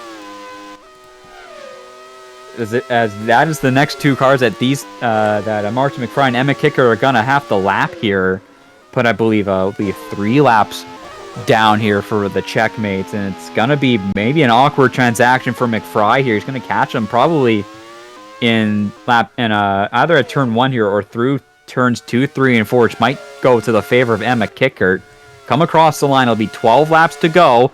Kickert gained about half a second on Martin McFry that time around, and it's probably gonna go back into Kickert's favor a little bit more here as they go through turns 4, 5, and 6. Yeah, so this is not ideal for McFry. Lost about 6 tenths on that previous lap as now Malsch gets out of the way midway through the S's. That's a very sporting move there from Malsch. Allows these two leaders to continue their battle unimpeded. Mausch completely backing off at turn 12 also gave Janschur a bit of breathing space as well, which meant it's going to be a one car at a time situation between the two, as Kickert was going to make the pass on Mausch as they exit turn 11, got the better of the situation, passing the first of the two checkmates. Gap visibly closer than it was last time around, as it looks like McFry might catch Marco Janschur here around turn 14 and 15, as Carmen Alvarez Torrente in the remaining Adriatica will come in from 9th, which will release Kay Lon and get another position for the Bentley Yamaha. Yeah, so that'll move Lon up into 9th and Pierre Saint Laurent into 10th. Bentley's in flying formation here, as I think that is... Yeah, Saint Laurent slightly quicker. I think he's on fresher tires than his teammate, but I'm not sure if he'll be able to catch up and potentially put his well, I guess his team boss in under attack, as of course Lon, the owner driver there at Bentley Yamaha. 11 laps to go, and the gap went down a second between McFry and Kickert. The gap now less than 2 seconds between the Foxdale and the Simpson, with Janschur now next to be lapped by McFry. Can catch him basically the same spot that he caught Vaclav Mausch here, maybe a couple corners ahead of the first of the two checkmate Bentleys here. Gonna hope for McFry that he'll get him past at turn 11 here, but just way too far back is the Foxdale. Might get him under... He was gonna go for a deep lunge at turn 11.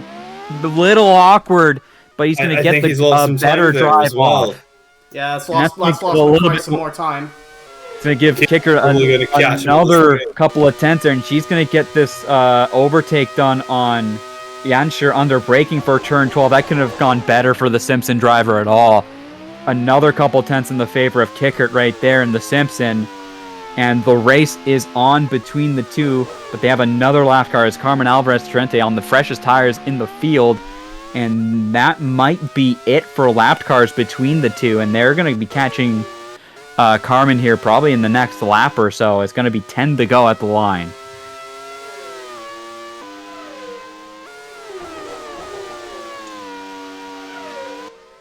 So into the final 10 laps we go in Texas, as the gap will be somewhere around 2 seconds. It was 1.9 last time around. Coming to the stripe, it's 1.8. Kickert didn't gain a whole lot. The tires might be evening out. I think Kickert lost some time in that final sector. Might have lost a little bit of time in that last sector, yeah. That's probably what happened to Emma. I swear it was about it looked about a second between the two of them after the back straight. 10 laps to go here. Let's take a look at the top 10. It is McFry and Kickert battling out for the race victory here. Takuma Taki pretty comfortably in third at the moment in the remaining racing point. Jesus Castel in the first of the March 16 is going to hopefully bring it home and get a top 5. It is Diego Alvarez Torrente in 5th in the remaining Jones. John Bean in 6th. Gary Pacer in the other March 16th and 7th. Riku Sokudo has moved up to 8th in the remaining Euromotor, with Kay Lon and Pierre Saint Laurent running in formation for Bentley Yamaha in 9th and 10th, with Carmen Alvarez Torrente and Marco Janschur 11th and 12th. Phillippe Nicolas currently in 14th behind Vaclav Mausch, with Kay Lon regaining the championship here. It would appear, if everything remains as they are. Last two remaining runners are Naoki Shinjo and Humbert Murmuchier, 15th and 16th.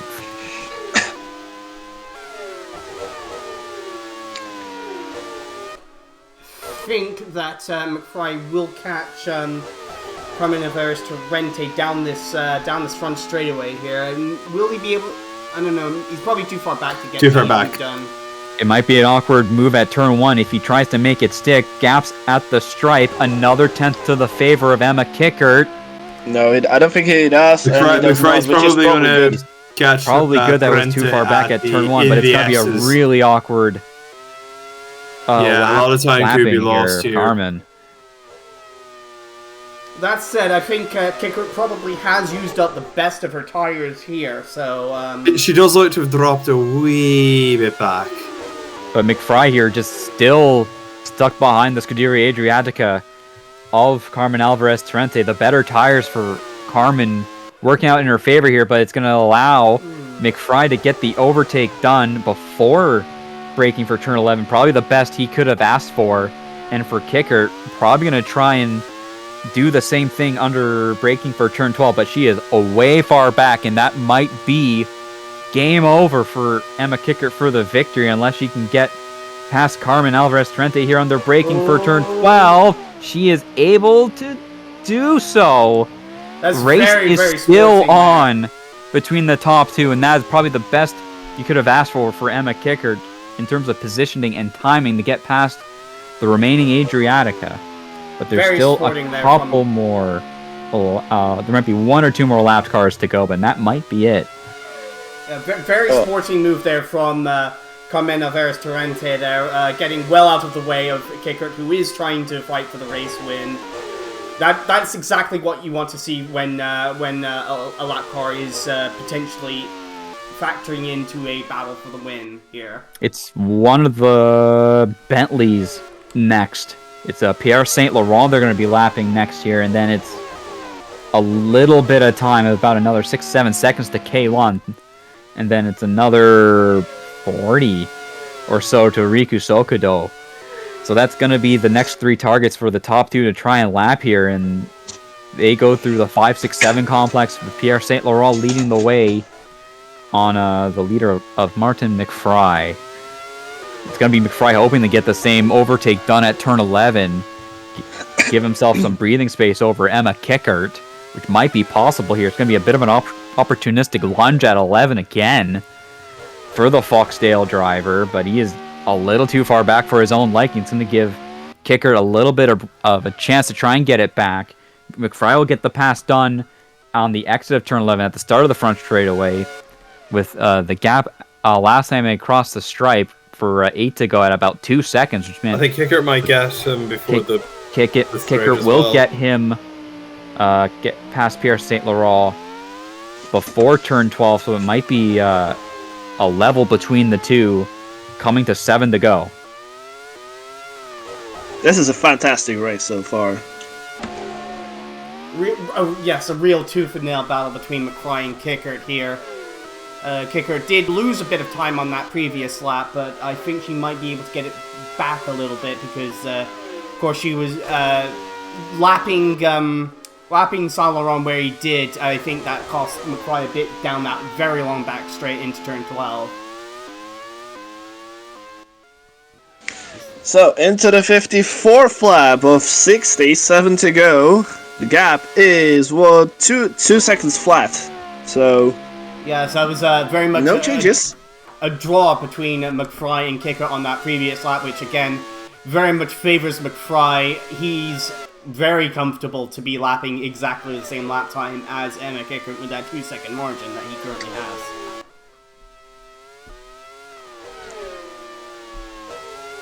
Daki in third is a further half a minute behind, but looks like it's going to be a fourth successive podium for Racing Point.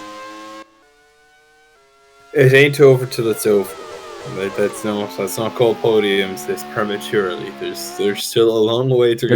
There's still a long way to go. Especially for these cars. Especially for the Koenigsegg free valve engines for the Ford EcoBoost power plant. It's still a long way to go. And last time out, we saw Bastiaan van Nieuwenhuijzen have a wheel bearing go bad on the front right of his Racing Point as he crossed the stripe, but just at the most lucky time for him to get it done, as they're going to be catching up to both Kay Lon, and I believe that is Muramoutier. They're going to be lapping here, and McFry has caught Lon at a pretty awkward position here, going through 14, 15, 16 here. He's going to need to get this done sooner than later. Presumably going to go for the overtake here in the last corner on this track before we go to 6 to go. He goes for the lunge. Not quite able to make it stick, but gets a good drive off out of the last corner. That's going to work Kickert's out closing, though. big in Emma Kickert's Kicker's closing. favor. The gap now 1.2, with Kicker going to go for the overtake on Lon in the turn 1.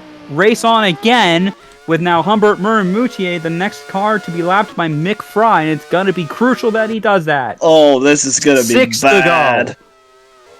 You're battling for the winning. I have to lap Murray-Moutier. Oh, boy. This could be the biggest challenge of Humbert Moyamutier's career. Can he be lapped without destroying the race? No. I don't know. Goes for the overtake. Get by Murray-Moutier, but that even was before very- turn 11. That Probably was the clinical best from timing McFry. for the Foxdale driver he could have asked for, and it's not going to really affect Emma Kicker too much. She's going to get a lot of slipstream from the back of the Holiday Mugen as they go on the back straightaway, and that is going to be all she wrote for the lapped cars here, unless they catch, I believe that'll be Riku Sokudo and Naoki Shinjo here in the next 6 laps. Actually, no, It that was is fairly- Naoki Shinjo, I think, is the only car they're in any real That's danger gonna of be it catching. for the lapped cars here in the last 5.5 laps. Gary Yeah, Pacer still running pretty good in the March 16 in 7th place here. I have to say, some good performance from the leaders lapping the back markers. Clearly not been listening to Aaron Jones. Looking at the battle for, I believe this is the battle for 10th here. Carmen Alvarez, Torrente, and Pierre Saint Laurent. Yeah, It she's, looks like the just made the tires. move. He has just made the move on Pierre Saint Laurent with the freshest tires in the field, working a treat for Carmen Alvarez, Torrente. The gap at the line, 1.4 between McFry and Kickert. Kickert lost just that little bit, getting past Humbert Murray-Moutier. 5 to go Murray-Moutier here. is getting lapped by his teammate, I think. Is that his teammate? No, that's That is Kay a Lon. Bentley, in, that's Kay It looks- Lon. Kay Lon. The They're not a green cars car. look similar. Yeah. Oh, Look at on his green cars. trying to get Lon is around Losing time here. Murray-Moutier, Aye. hoping he picks a line. This through is actually 557. This is actually important for Kay Lon to get this done. Carmen Alvarez Torrente is not too far behind in that Scuderia Adriatica. She was 1 second quicker on that I'll cut previous away lap. just because I was going to see it. There, and Torrente is even in view, or was in view as It they was were rounding that corner. 7.3 the gap. Not Run. plenty of time if the pace difference between Carmen Alvarez Torrente and Kay Lon does manage to stick. Gap between McFry and Kicker stays about the same. They were pretty level through Sector 1 and Sector 2, it would appear. Still need to navigate past Naoki Shinjo, which McFry can see going through turn 15 into 16 here. Gonna So catch hello, Shinjo everybody. I've just been probably nervous partway to- through next time around, as there's a Oh, problem no! for McFry! Martin McFry is an electrical problem! into the pit! Emma Kickert has Can I make it taken the back? Is he lead! Swedish? He'll get it back, but I think that's unless something Oh, happens no, that's to not Kickert. McFry. Sorry, that is. Yeah, that is. Unless something Come on. happens to Kickert, I think that's. And That again, is Red Kay Bull, Lon. Is I McFry? think. No, that's. Oh no, that's McFry. What? Yeah. That is McFry coming in with a problem. They plug Does in he have the Swedish ancestry? USB dongle right beside the engine compartment, try and do a complete electronics reset and send them back make out. sure they haven't put it in. But, well, they'll be looking now at the USB-Cs that they won't have to. They won't But- lose time putting it in the wrong way. He's gonna get But back up. crucially, McFry has here. been able to make it into the pit, so he. Yeah, but that's Comes it, back the out race. in second, still comfortably ahead of Takuma Well, Taki, keep but the second. damage I believe Has- that's pretty much over. been done, and that is Emma Kickert comfortably in the lead of this race So long without even as, needing to pass back Martin McFry. So long as the car doesn't break down in the final few laps. Yeah, 4 Wait. laps to go here. Next, the last car to lap, presumably for You Kickert, never will know be with Naoki this Shinjo. game. And You realizing never know, that, especially in the ARWS. and especially realizing that McFry had a problem, As well. Kickert was very hesitant to try and get past Shinjo through turn 12. We'll get it done before turn 13, though. Torrente That's nearly blown out of the water 2 what I was going seconds. to add. Torrente nearly 2 seconds quicker than Kay Lon on that previous lap. The one stop finally catching up to Kay Lon here. His tires screaming at death, and now has to deal with the fact that Carmen Alvarez Torrente has the freshest tires in the field outside of Martin McFry. So it was 5.5 seconds between the two last time around, probably to be closer to 3 or 4, with Alvarez Torrente having to pass Humbert Mormucci, and will do so at the last corner. It's going to be a straight fight for ninth in the last few laps. If you're listening closely enough, you need a tires literally screaming. 57 to... Especially good rides. Yeah, the good ride's probably not a good ride if they scream. That's the important question. What is the Harvey Jones Memorial Trophy looking like? Well, bad for Michelin. Well, it's always bad for Michelin. Emma Kickert, she's on the good rides, is she not? But I think that Martin McFry has the fastest lap, so that will nullify any advantage that gets. Yes, Emma Kickert is on the good rides in the Simpson, yes. Aye. Yeah, but Martin McFry with the fastest lap on the Pirellis is going to be doing a good job for the Italian tire manufacturer here today. Although I don't think that's much consolation to him. He very much had his eye on the win, and I think he could have won it. Well, coulda, woulda, shoulda, but I think he could have won it. He was managing the gap over these final laps just about perfectly. Yeah, he got past the initial threat of Kickert on the fresher tires. The tire stabilized, and the gap was basically at about 2 to 1.4 seconds most of this final stint before McFry had a mechanical issue and had to come in for an emergency service. But he is still going to get a good points day out of it. He's still going to get second at the very least, with Takuma Taki in the Racing Point still about 6 seconds behind in third.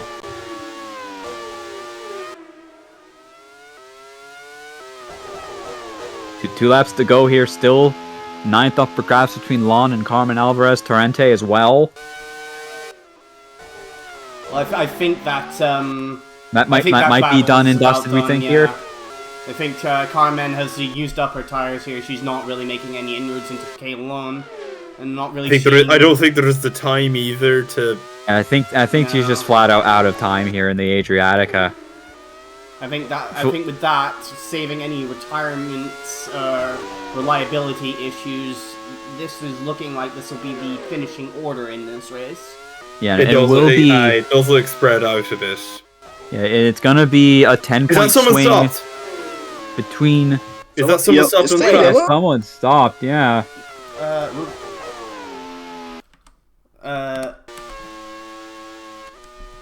Hit insert. I think that's the one to jump. I don't think so. This one doesn't seem to do a huge amount. Yeah, no, but there's someone stopped on the radar. Oh, that's the two cars there on the gravel. They've been there since the start. Never mind. That's Akira Yamamura as well. Ah, okay, never mind. Yamamura and yeah, they've been retired for a long time. They're on the gravel. Oh, good old GP2. Yeah, my bad. Anyway, lap and a half to go. Lap and a half to go. As things stands, Kay Lon will maintain serve or regain serve as a championship leader with a 10-point. I believe it will be a 10-point swing between him and Phillippe Nicolas. Another top 10 result for Lon is what he's needing to do. Points racing his way, or attempting the points race his way to a championship here. It's going to be. The show that lovely thing about his career is the old man cooked? Should he retire? Should he? That's the question they're asking. Yes.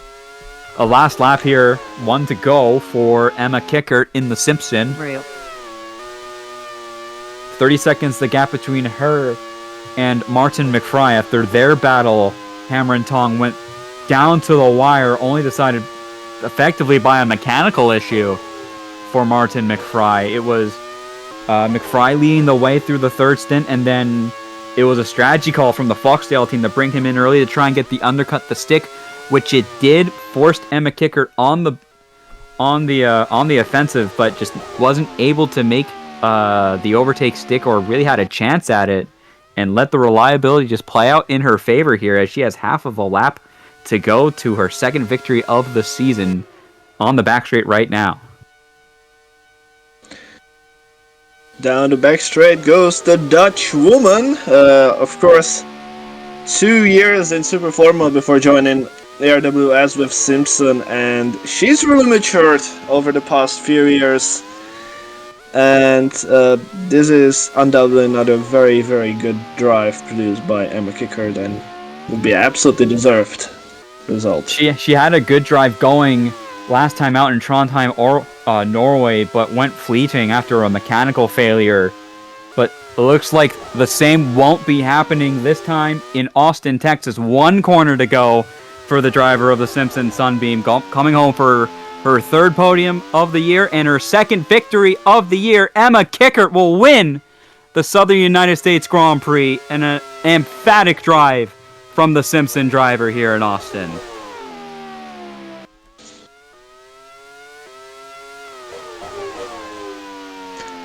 Well, this one mecha made it to the finish as we wait for Martin McFry about 30 seconds behind Emma Kickert. But it's a 15th place for now for Shinjo. That's also some points. Traffic to take the checkered flag and championship. Kay Lon's going to survive in 9th here. Good result. Does he retake the championship lead? He will retake the championship lead here.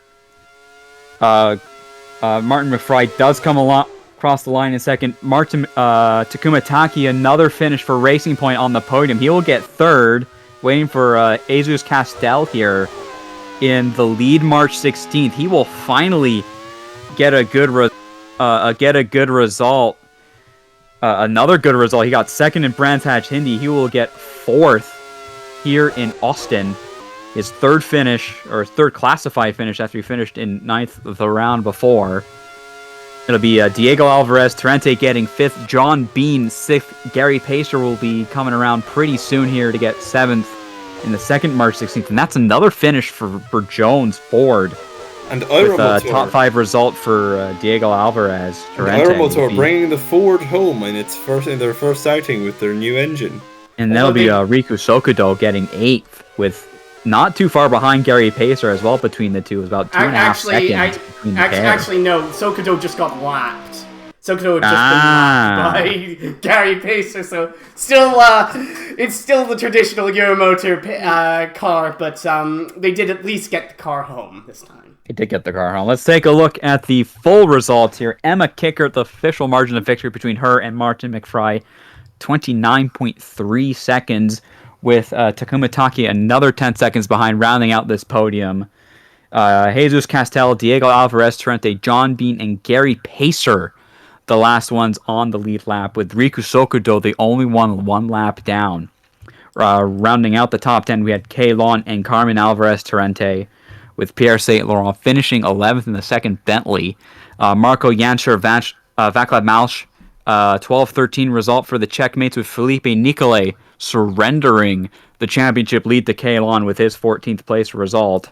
Only a couple other runners at the end of this race being Naoki Shinjo and Humbert Muramuche, with the constructors' standings might be going away from Mecca as well, with Holiday and Bentley might having passed Mecca with this race in Austin. And then we look at the list of retirees. We had Edvard Holm, Nathaniel Cameron, Benoit Vauclair, Monica Flatter, Alessandro Lucarelli, Tomo Kazuma, Akira Yamamura, Keen Ardagolu, James Wilmington, and Bastiaan van Nieuwenhuijzen was the first one to retire with an engine failure in the back of his Racing Point very early on in this race. Yes, I don't know the exact point situation. I can't work out in my head, but I do believe this will greatly benefit Bentley in their Constructors' Championship bid, as of course they are both well ahead of the two holidays of Nicolas Mouyamoudier here. Lon finishing 9th and Saint Laurent 11th. They could be retaking the Constructors' Championship lead here. So we take a look at the fastest laps of the race. It's an emphatic fastest lap of the race for Martin McFry. A bit of consolation is it's a very good point state for him, at least finishing second in the fast and gaining the fastest lap. That is 68 points for him in this race. Emma Kickert with the third fastest lap comes away with 73 points, and Bastiaan van Nieuwenhuijzen gets the 10 points for the second fastest lap in this race, despite his early retirement.